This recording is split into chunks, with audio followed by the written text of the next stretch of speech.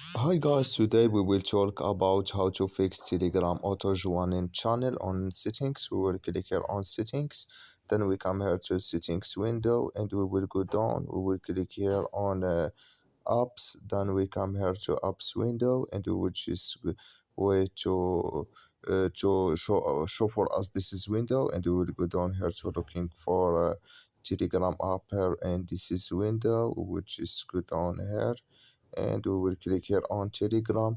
Then we come here to next window. We will click here on for stop and we will click here on OK, and we will just click here on storage. Then we come to storage window.